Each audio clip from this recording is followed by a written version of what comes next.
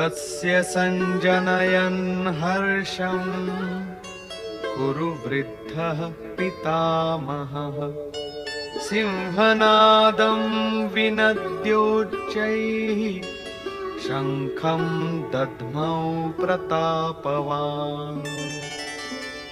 এই প্রকার সকলেই নিজেদের শক্তি নির্ণয় করে শঙ্খধ্বনি করলেন। এই শঙ্খধ্বনি হল পাত্রের পরাক্রমের ঘোষণা। যুদ্ধ জয়ের পর কোন পাত্র আপনাকে কি দেবে?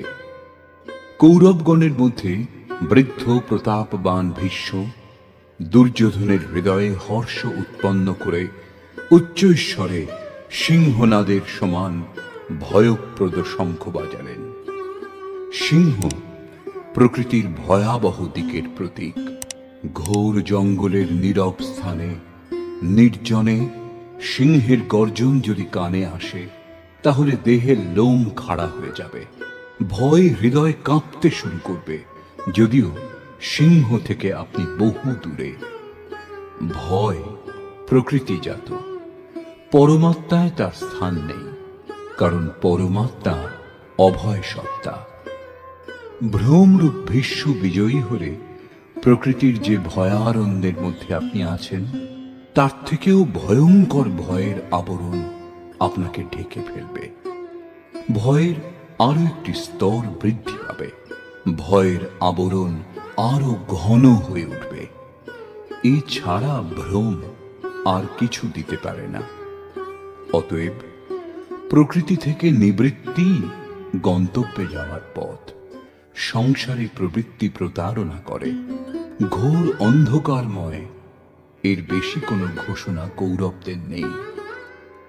কৌরব পক্ষ থেকে কয়েকটি বাদ্য একসঙ্গে বেজে উঠল, কিন্তু সেগুলিও ভয় প্রদান করা ছাড়া আর কিছু দিতে পারল না।